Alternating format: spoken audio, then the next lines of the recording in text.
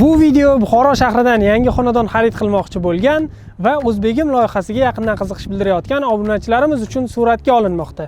Kecha Telegram kanalimizda siz uchun qaysi uylar qiziq, qaysi uylarning kvadratlari, ko'rinishini sizga batafsil tushuntirib beraylik deganimizda 75 kvadratli va 2 xonali uylarni eng ko'p obunachilarimiz tanlashgan ekan. Shundan kelib chiqib, bugun sizlarga 2 xonali uylar bitganidan keyin qanday ko'rinishda bo'lishi va umumiy qanday qulayliklarga ega bo'lishini vizual ko'rsatib berishga harakat qilamiz. Podyezdga kirayotganda domofon orqali eshikning kodini terasiz. Bu esa sizning xavfsizligingizni va farzandlaringiz xavfsizligini ta'minlaydi. Undan tashqari, zinadan ko'tarilishingiz bilan mana shunday keng va chiroyli vizualga ega podyezdda o'z xonadoningizga lift orqali chiqishingiz mumkin bo'ladi. Ko'rib turganingizdek, podyezdimizda ham video kuzatuv va kameralar bor. Bu ham farzandingiz va sizning xavfsizligingizni ta'minlash maqsadida yo'lga qo'yilgan. Ushbu xonadonimiz korobka holatida bo'lib, tashqi eshiklari va tashqi romlari o'rnatilgan bo'ladi. Eshikdan kirganimizda katta xoll bo'ladi. Chap qo'limizda dush joylashgan, dushdan keyin sanuzel joylashgan. Bu ikkalasi bir-biridan ajratilgan va mana shunday keng xoll joylashgan bo'ladi. Ana endi boshqa xonalarga o'tamiz. Xolldan to'g'riga kirganimizda mana shunday keng zalimiz joylashgan, ya'ni mehmonxona. Bu yoqdan to'g'riga borib, mana balkonga chiqsak bo'ladi. Ko'rib turibsiz, tashqi romli va oynalar ham o'rnatilgan Akfa kompaniyasini mustahkam romlari. Mana bu yerda balkonga chiqishimiz mumkin. Mehmonxonadan keyin yotoqxonaga o'tamiz. Mana yotoqxona ham juda ham kengina. Oxirida eshik va rom bor. Eshik va romlarimiz quyoshdan himoyalangan, ya'ni tonirovka deydi. Tashqaridan sizni uyingiz ichida nima bo'layotgani, nima narsalar borligi umuman ko'rinmaydi. Chunki bu himoyalangan va tonirovka qilingan romlar hisoblanadi. Vizualni ham buni ko'rsatamiz hozir kadr davomida.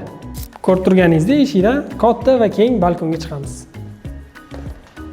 Keyingi xonamiz bu xolldan o'ng tarafga kirganingizda oshxona joylashgan bo'ladi. Mana bu yoqda gazni trubasi, bu yoqda quvurlar kerakli bo'ladigan oshxona uchun va mana bu yoqda oyna joylashgan. Bu oynamiz ham tonirovka qilingan, ya'ni yozda sizga quyosh nurlari tushib xalaqit qilmaydi. Bu 2 xonali uyimiz ikkita uyning o'rtasida joylashgan bo'lib, siz tanlaydigan uyga, siz tanlaydigan qavatga qarab yana qolgan uylar bundan birozgina farq qilishi mumkin. Yo'gida katta kichikligiga qarab kvadratlari biroz farq qilishi mumkin. Qolgan uylarni ham xudo xohlasa ko'rsatib boramiz. Biz hozir syomka qilgan uyimiz birinchi lotda qurib bitkazilgan uylarda joylashgan. Hozir endi ikkinchi lot va uchinchi lotga borib qurilish ishlari qanaqa ketayotgani, ustalarimiz nima ishlar bilan shug'ullanishayotganini sizga videoda ko'rsatishga va domimizning turar joy majmuasining qulayliklarini sizga yoritib berishga harakat qilamiz. Qani ketdik.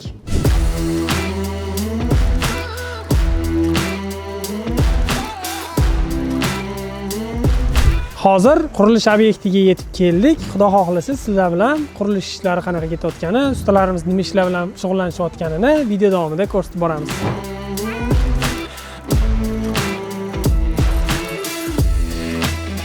Ikkinchi lot uchun qurilish ishlari allaqachon 3-qavatga yetib kelgan. 3-qavat uchun sement quyish ishlari va armatura karkas to'qish ishlari davom etmoqda.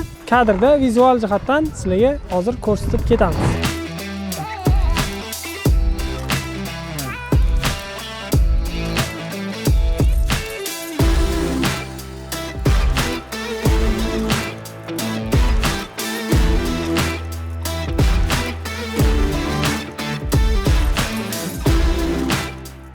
Hozir bizga sotuv menejeri Shahnoza opa hisoblab beradilar. Mana shu videoda ko'rsatgan uyimizni oylik to'lovlari qanchadan chiqadi, qancha chegirmalarga ega bo'lamiz.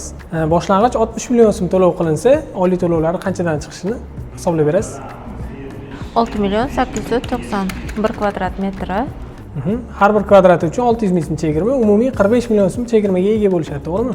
Shunda общий summasi 518 million 541 ming so'm bo'ladi. Oylik to'lovlari qancha chiqadi?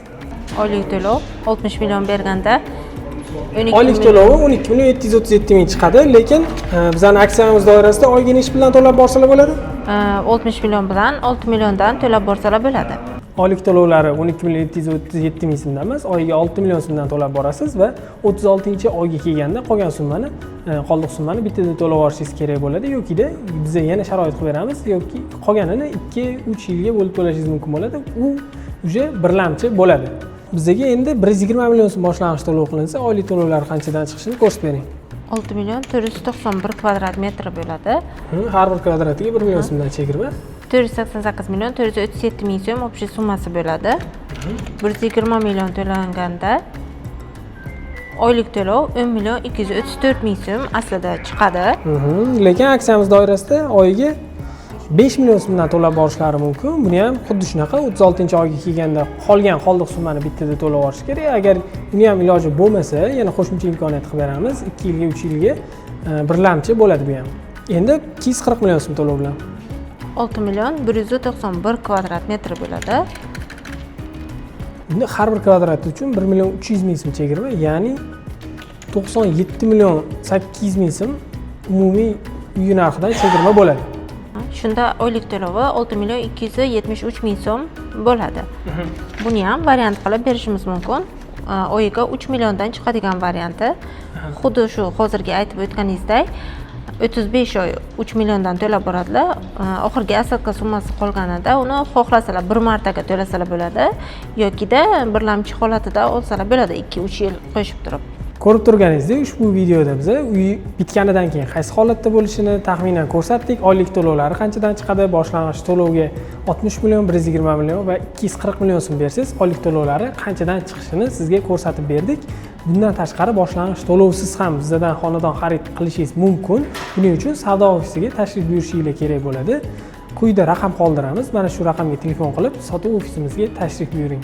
Barchalarni sotuv ofisida kutamiz.